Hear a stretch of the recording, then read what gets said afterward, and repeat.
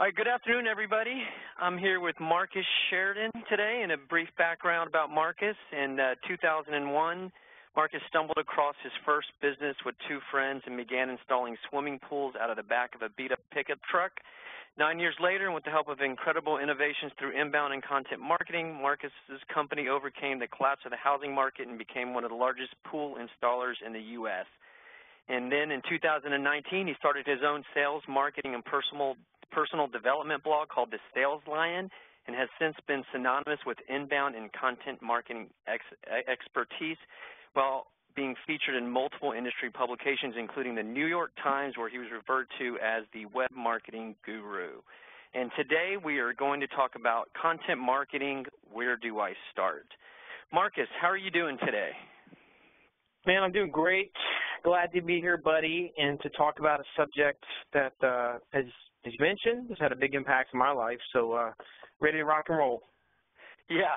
To say it's had a big impact on your life has been an understatement. I think I was at one of your biggest first presentations where you talked about how your company, the River Pools and Spas, was going under, and content marketing brought it out of its depths. And I guess you were doing content marketing before it was called content marketing, if I'm not mistaken.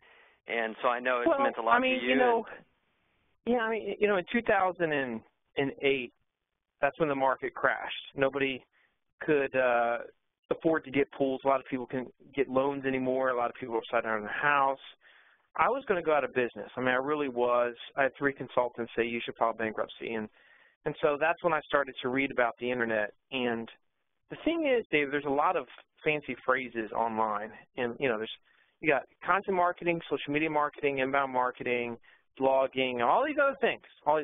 And every time I read something, in my mind, what I was seeing was, look, Marcus, if you take the time to answer the questions of your prospects and customers, you do it on your website, you do it through text and video, you could be really successful. And so that became our motto, our philosophy, right? And 4 simple words, they ask, you answer. And those 4 words really have changed my life, and they've since changed the lives of many businesses. And I think when you say getting started with content marketing, to me, it starts with simplistically understanding what it is and how to get going. And I think they ask, you answer is a great place to be, because now you're taking away the science and you just say, okay, how many questions have you gotten over the years about that thing that you do, that you sell, and currently how many are answered on your website? Chances are it's very, very few, and that's where the work starts.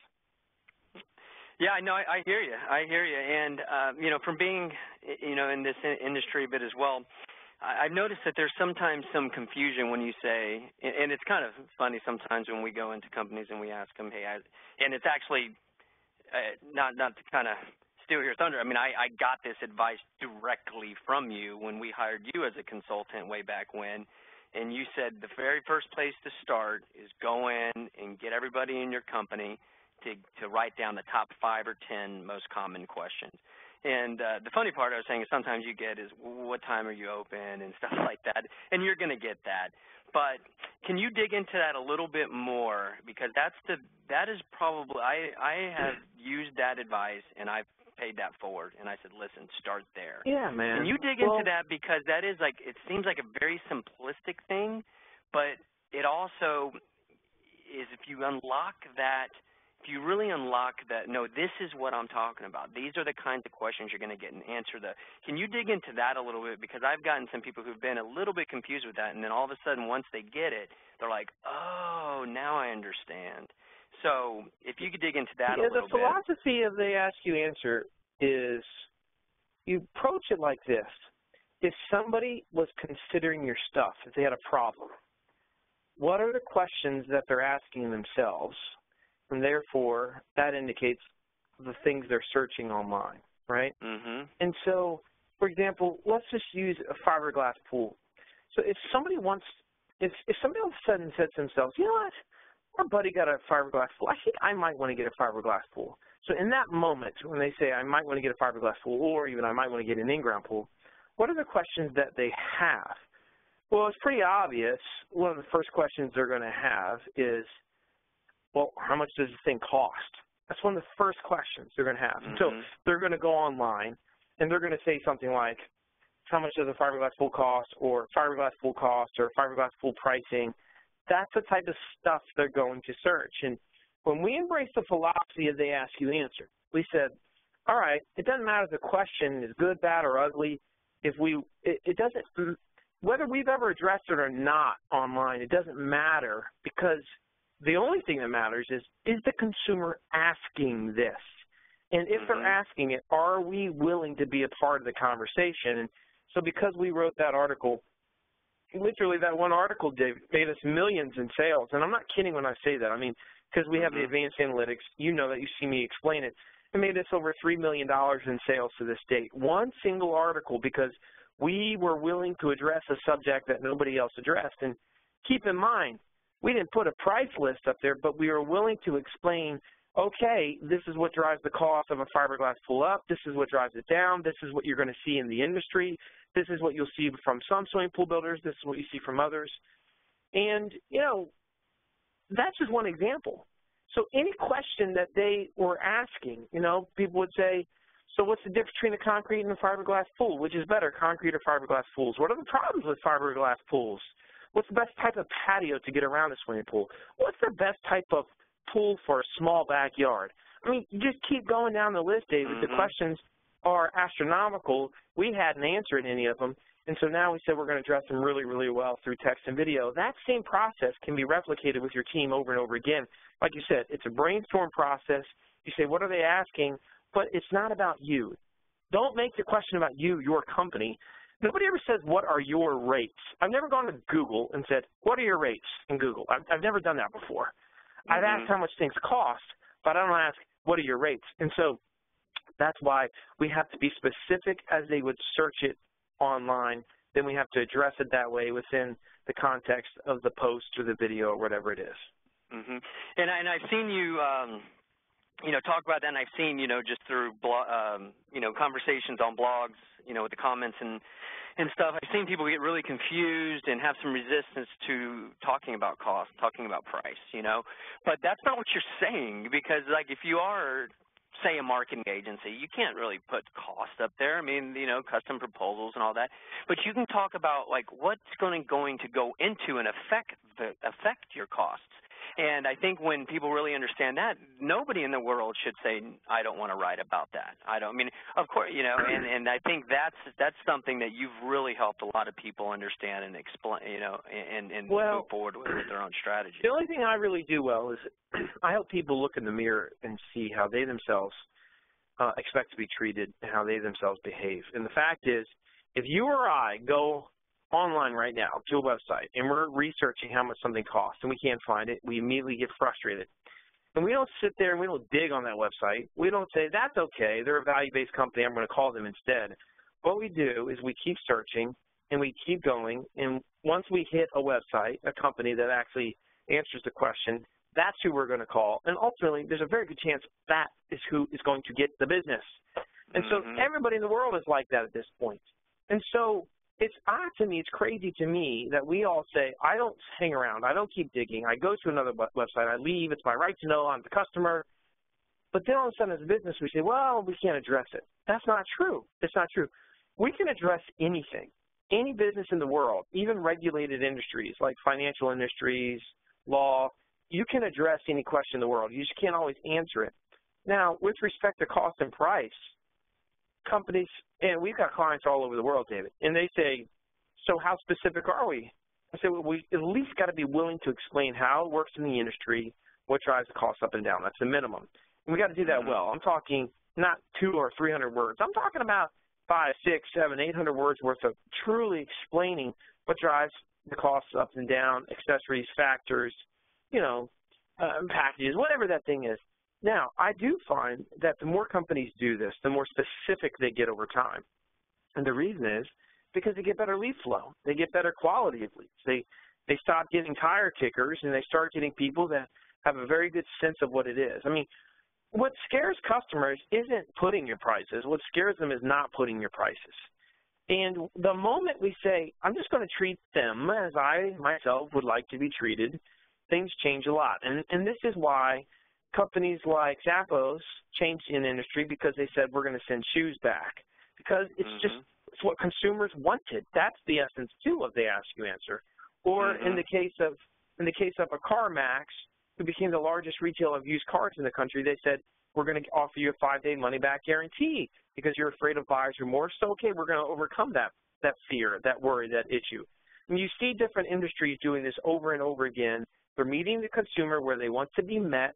If we are willing to do that online, we'll get their trust. If we don't, that's fine. If you don't want to, that's fine, but somebody's going to. I mean, that's the fact. Somebody in your industry is addressing the question. They're going to own the conversation. Whoever owns the conversation generally wins the consumer. And you make such a good point. You know, how do you want to be treated, right? And I think all of us, you know, at a cocktail party get, you know, tired within 30 seconds of the person who's constantly talking about themselves.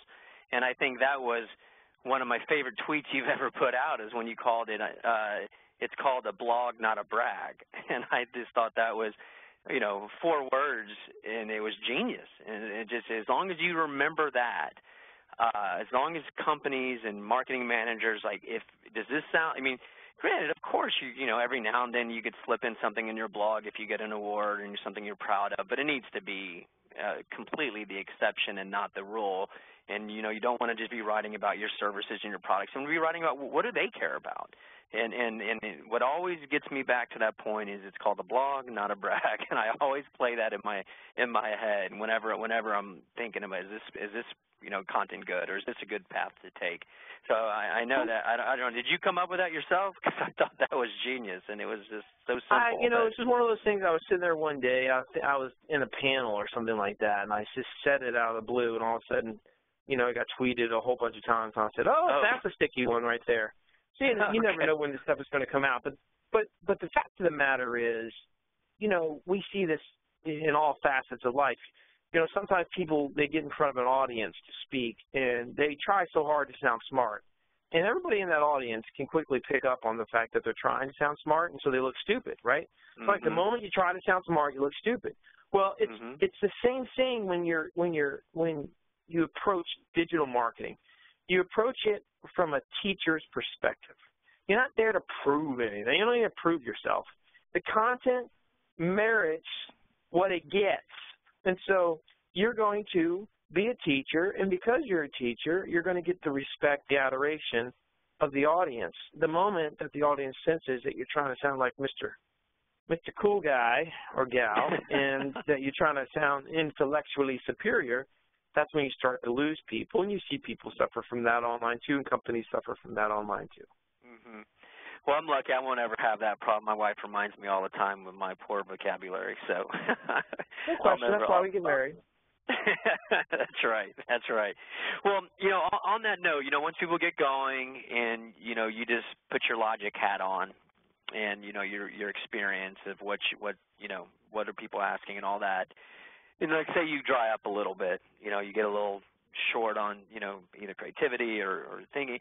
Can you give some advice on how, you know, other ideas on how people can generate topic ideas? I know Gini Dietrich, for the listeners out there, it's GINIDIETRICH. Find her online. She has some great input on blog topic ideas. But can you speak on that for a little bit?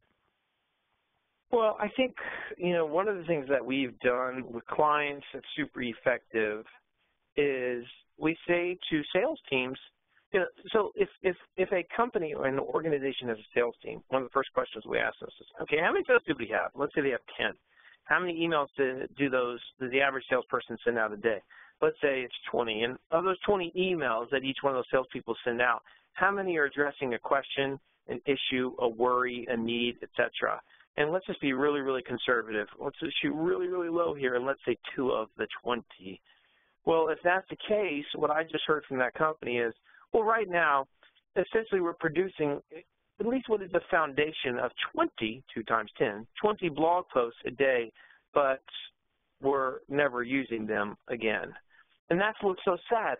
We create content all day long through email process of communication with prospects and clients, and it dies on the vine, on the digital vine. And so the smart thing to do is take your sales team or anybody else that's sending those types of emails out and have an email address in your company that's like blogideas@yourcompany.com. And so whenever the salesperson sends that email out, just have them BCC that address. They just know that it's a standard thing. That's what they're supposed to do. Idea. Whenever they're sending out an email like that, it just, boom, standard.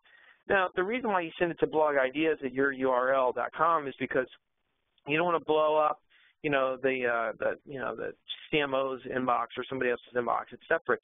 But then the marketing team can go into that list, which by the end of the week should be 20, 30, emails long at least if the organization has a clue. And now all of a sudden, instead of saying, I'm not sure the questions our prospects are asking, I'm not sure the best answers, I'm not sure, we don't have enough content, yada, yada, yada.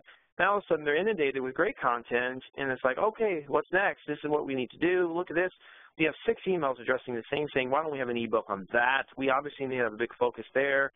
So that's the first thing they can do. The second thing, especially with our most successful clients, marketing always sits in every sales meeting. That's a must. That has to happen. That is like 2015. I mean, that has got to happen. It's got to happen now. The idea that some companies still have separate sales marketing meetings is like a tragedy, and it's really terrible. Mhm. Yeah. That BCC idea. I want to just reemphasize that. I've never heard that idea. That's a phenomenal idea, especially for anybody really, but especially for multiple person organizations, let alone big companies. It's a genius idea for them. I'm sure how many blog posts gobble that up. How many blog posts, potential blog posts, are just like going into the digital thin air every single day? It's an unbelievable number, David. I mean, I've seen a simple click of the mouse, a BCC addition to a culture of the way that you send emails can literally make you millions of dollars in additional revenue next year. When did you think of that? I've never heard that. I'm surprised you haven't heard me talk about it. I started talking about that like 2 years ago, I think. I really have never heard that from anyone, let alone you. I mean, I've just never heard that. Maybe it's because I talk about it mainly in workshops. I talk about it in workshops. Once we implement a full-blown content culture with the company, that's one of the things that we talk about. Yeah, so that might be one of the reasons why. Yeah, sometimes ideas that are so simple that just get me, and that one really did. I think that's some of the simplest things are the most genius ideas, and that is awesome. So that is an amazing way to come up with ideas. Now, again, people getting started here. This is for people getting started. Can you give some advice on how people should organize themselves? Not just you gave some good ideas on getting organized on accumulating topic ideas. Now what? Well, a few other things. A lot of this depends on the size and scope of the company. I mean, if you're a solopreneur, you do this brainstorm activity, and then any company can do this, by the way. So you do a brainstorm activity. You say, what are the questions that we get all the time, and what are the questions that we know people are asking, the most prolific one, cost questions, comparison questions, all that stuff. So once you do that, then what I like to do is, let's say you have 50 questions that you've listed out. What I like to do with clients is grade each one out as a 1, a 2, or a 3. A 1 means that it is an urgent, let's get it, let's get this one right at the top of the editorial calendar because we get it all the time. A 3 means, hey, this is fine. We'd like to address this, but we don't get this question a ton. Okay? So now you are at least prioritizing the content that is having the greatest impact on your sales processes. Because you got to look at content. The process of producing content is about sales. It's about producing leads, and it's about making people more qualified when they come to you. It's about, everything is about revenue, right? And you always got to tie it back to that. And so that's why we want to focus on what are the questions that they're asking us the most. Start with that. Don't start with the fluff questions. Don't start with the easy questions. Start with the stuff that people are asking you the most and the things that would indicate that they're clearly ready to buy, similar to like cost-based questions. That's one of them. Another thing that you should do, especially if you have a team, is you should identify who your subject matter experts are. In other words, the people that are actually smart enough to talk about something, and then figure out the communication style of that particular individual. We have found that everybody has different communication styles, and you can't force somebody to be Victor Hugo that's not Victor Hugo. And so you might say we want to have a culture of content within our company and then try to get everybody to start blogging. Well, that's not going to work because not everybody can write, and sometimes like pulling teeth. And what we have found that less than 10% of organizations are writers. And so for those people that are writers, it's wonderful, and they can help you produce those blog posts. You can ask them to write something up, and they'll send it to you, and that's wonderful, great. But most people can't do that. So your other types of people, you have another group that is good on video. Lots of salespeople are like this. You can't get them to sit down, but you can get them to, be with you on camera, talk to you just like you were a customer. They're good at that oftentimes. And that can do wonders. I mean, it really, really can. And it's amazing. If you interview a salesperson for 1 hour and you ask them, let's say, 10 different questions, you average about 5 or 6 minutes per question in terms of, the answer, the explanation, all those things. Now, all of a sudden, you've got, you've got 10 different, 10 blog posts, 10 videos. 10 videos you can inject now into your sales process, 10 videos you can post on the site, 10 blog posts that you can publish on the site, and that's from 1 hour with a really good salesperson that actually can, that's eloquent enough to talk about that thing that they do. And so that's the video element to it. And then there's a group of people that are great at talking. They just don't like to be on camera. And so that's when you interview them and you talk to them just like, they would with a customer, and you record it all, and then you turn it into text, and you make them look really, really smart. I mean, the goal of marketing is to make salespeople look smart. That's really it. That's really it. And if they try doing that, they're going to be way, way, way, way, way more successful. There's going to be way more buy-in. Everybody's going to be into it. Everybody's going to be excited. And so those are really the big 3 types of content producers you have. And then you have one other one that I call the questioners, and those are just the people on your team that hear questions every day from prospects and customers. Don't necessarily have the answers, but they hear lots of questions. Customer service is a good example of a department that does that. And so when you identify the types of content producers, per se, that you have on the team, now all of a sudden, if you want to go to Rick that's in sales and say, hey, let's do that video interview this month, he knows it's coming, that's his style, and you do that. Whereas if you go to me, I might say, hey, I'm going to write this out for you, whatever. And that's very, very important, David, because a lot of people just try to, they try to punch, square pegs in round holes when it comes to getting people to participate. That doesn't tend to work so well. Mm-hmm. Yeah, I wish I would have had that advice a long time ago. I definitely tried to paint a broad stroke once. And, all right, who can help? Instead of saying, you're good at this, do that. So that's some great advice. Now, as far as you get all this content, I would like to throw out one tool out there that we use that helps us stay really organized with all of our content, and it's called Trello. We used to use Basecamp, but we use are you familiar with Basecamp and/or Trello? I'm slightly familiar with them. I've heard great things, actually, about both of them. I know Trello's, become quite popular. Yeah, Trello is really, really easy. So when you have all this stuff, for listeners out there, Trello, Trello, it's a great tool to when you can just put all the topics in there, then you can create checklists, and it can really help. Who's going to write this? Okay, who's going to put it online? Who's going to distribute it? Blah blah blah blah blah. So that's a really good tool to use. But man, those are some great tips as far as finding different ways to get that content, because they really, at the end of the day, the content is the fuel, and it's the most important part. And obviously executing it all from there is very, very important, but the content is the most important, and getting creative at that, and producing lots of good content, obviously, as I think both of us know, it's really turned into producing good quality content. There's a lot out there, so don't put out crap. And expectations. What should people realistically expect once they get this going? Like, how long before they see a return? I'm constantly reading seeing studies and people not either not really knowing how to evaluate this or to measure it, but people getting frustrated that it's not working and they throw in the towel and they give up right away. So can you talk about some realistic expectations from your experiences of other companies? Well, I think when you ask that question, you have to define, what does it's working mean? So does it working mean that the sales team is better at their job because they can communicate more clearly answers to questions because they've actually had to produce the content and work on their answers, right? That's an example to me of a victory, the fact that they're better at their job. Or is success quantified by the fact that because we produce these videos, we're now using them immediately in our sales process, and we're sending them out to prospects before they even meet with the sales team.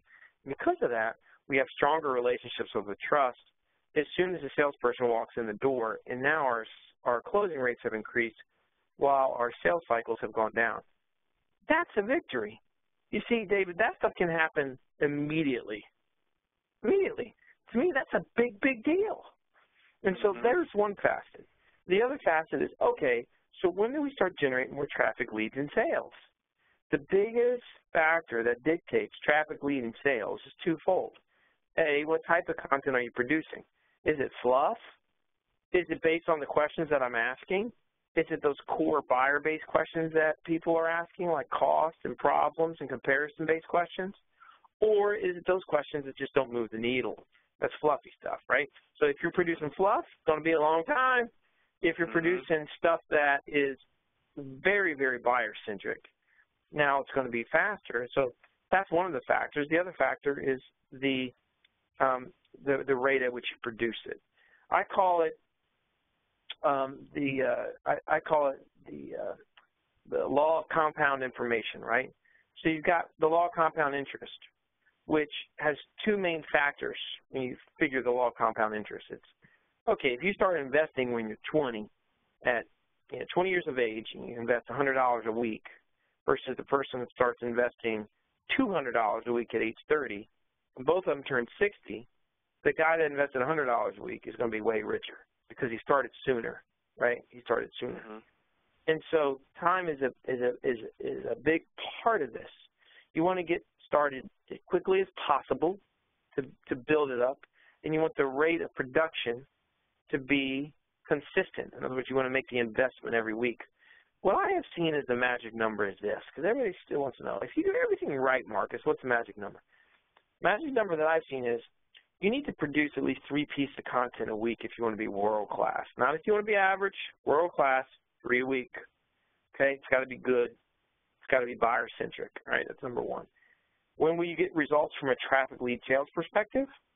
Usually, somewhere in the 3 to 6 month mark, you're definitively going to see needles start to move.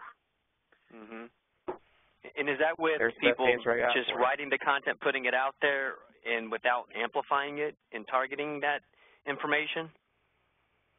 Well, I mean, amplification is great, but there's a lot of industries where you can't amplify jack.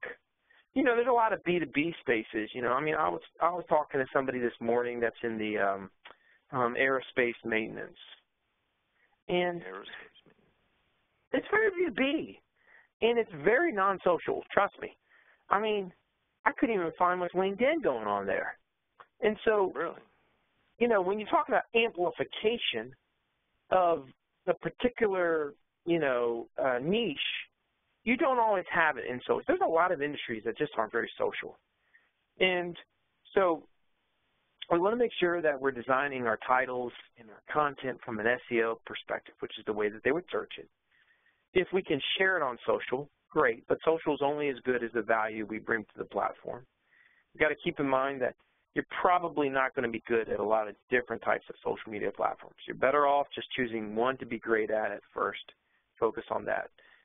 Don't be a jack of all social media trades. You're better off just trying to be a master of one. At River Pools, with my swimming pool company, said, okay, let's be great at text and video. We didn't even worry about social media for like 4 years, and that was, and I still don't really pay much attention to it today because, most people just don't go to Twitter and brag about how they just spent $100,000 on a swimming pool. They just don't. And I'm okay with that. I'm not trying to force feed Twitter into something that it's really not where my buyers are, and it's not. I mean, could I generate leads from Twitter? Yes. But I want to spend the time on the platforms that are going to have the greatest returns, period. And so companies sometimes need to experiment to find what that is, but I do believe everybody should produce textual and video-based content. That's a given. That's a law. That's where it all starts. And you want to do that as consistently and persistently as possible. Mm-hmm. And I know this kind of sounds like a similar question as like expectations, but, you know, different metrics, milestones, goals. You know, if people are just getting into this and they want to, you know, have something to measure, what do you suggest they pay attention to? What milestones, goals should people concentrate on? Well, yeah, you know, to me, not to beat a dead horse, but I really do consistently just look at what's our traffic lead sales. Yeah. We got to see more leads. Mm-hmm. We want them to be not just more, but better, all right? And so we want to be able to directly attribute revenue to the content production, right? And so unless you're using certain types of analytics tools, you can't really do it very well. That's why we use HubSpot. It's not the only one out there, but, you know, we don't have time to talk about that. It's another Pandora's box. But being able to measure something is really, really powerful. And being able to say, we got this many sales because we produced this content, we used this platform, spent this much on PPC, but I made this much money. I spent this much time and effort on content marketing, but I made this much money. I spent this much time and effort on social media marketing, but I made this much money. I can say those things. That's powerful, and therefore you can justify budgets and all that stuff. Mm-hmm. Yeah, I mean, and I mean, I don't know how much it matters if I agree or disagree with you or not, as you're a supreme expert, but I would have to concur. You know, what we track and what we give to clients on our, you know, from our marketing company is the main metrics we concentrate on are leads and traffic and sales. You know, and I mean, you know, guys, that's what we have to track. I know we're pulling back the curtains, and that's what that's, you know, we're really kind of putting it all out there. And if those things don't happen, we're in trouble. But we have to focus on them, you know, because if this stuff's going to work, those are the metrics that are going to drive it. So it's very exciting to hear that, at least from a personal level, that's what we've been concentrating on, and to hear you say that's awesome. So, and it's the simple stuff too, you know, it's the simple things, you know, it is. That's right. You know, they're simple, but you don't have to make it more complicated than it is. Write the good content, have people trust you, have them contact you, have that turn into sales. You know, that's really the nuts and bolts of it. But obviously, you know, there's lots of details. And once you know, if you're medium to larger company, you know, hooking up with a company like HubSpot, you'll see that there's a whole lot of testing and tracking and analytics that can go into it. But you know, you got to reach the level of needing that. But you know, that is definitely an amazing source to go with. Now, moving on to like budget for somebody who's getting started, that is just going. I know this is a crazy hard question to answer, because how can you paint a broad stroke from you know, a small solopreneur versus, you know, a Time Warner Cable? You know, it's hard to say, but can you give any direction for somebody getting started for, like, say, a 1 or 2 man shop versus a medium size versus a larger company, or maybe a percentage of their budget? Is there anything that you can speak on in regards to that? No, not so much, other than what I've found is you time is the thing here. You know, and I've seen small companies, David, just kill it in this space because they didn't put a bunch of red tape around themselves and create a bunch of false obstacles along the way. And then I've seen companies that were big, that had all the money and resources, and they stunk up the joint because they created a bunch of false obstacles. You know, we've got all these other initiatives. Love that word, initiative, right? So because they have all these other initiatives, digital marketing slides down.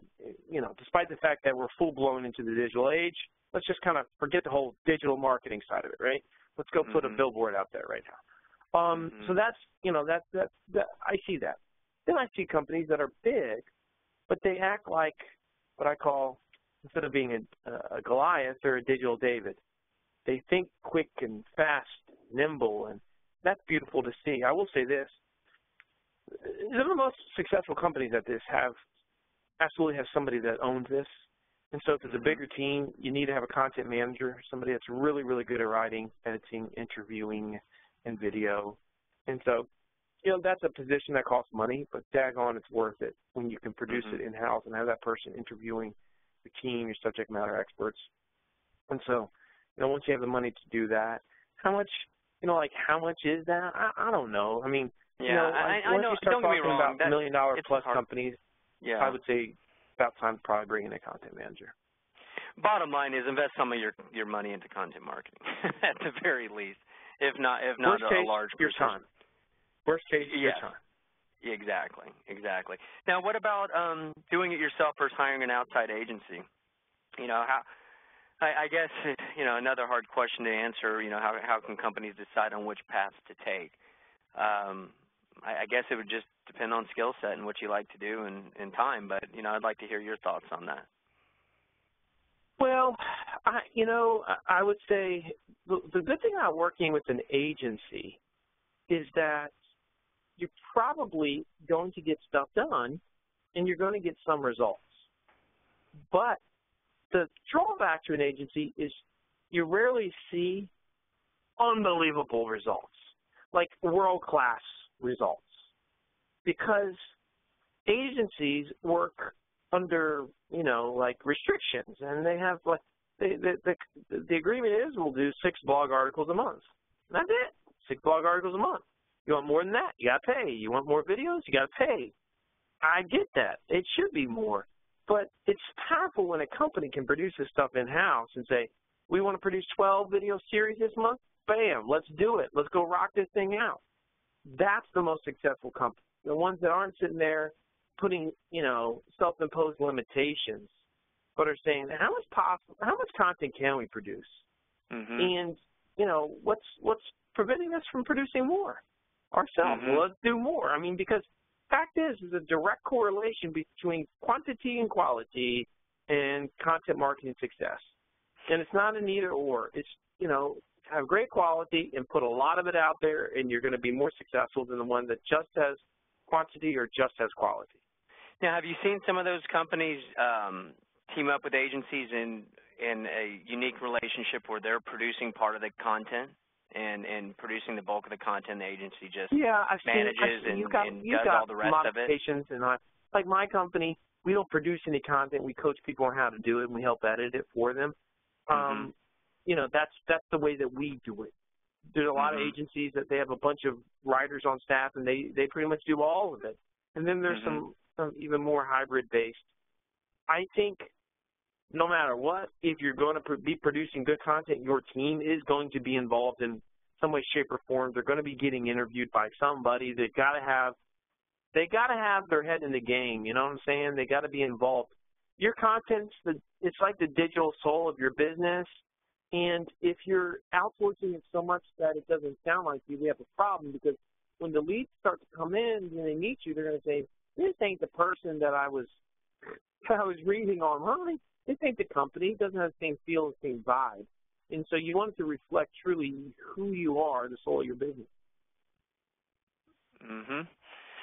Well, Marcus, every time I sit down and talk with you, I seem to learn something new, and I hope everybody out there was able to get a few golden nuggets from Marcus, and as he is truly one of the very best sales trainers, content marketing training experts around.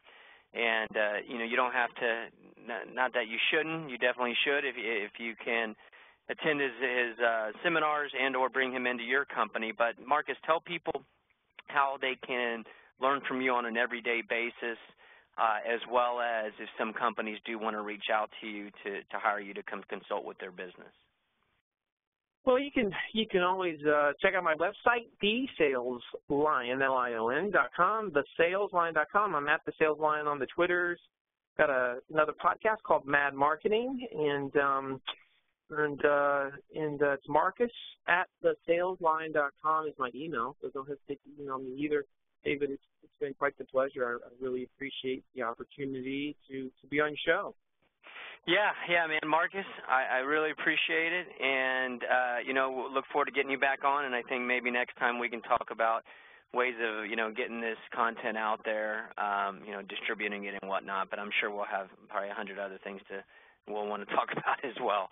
So, hey, man, I appreciate your time today, and until next time. Thank you. All right, thanks.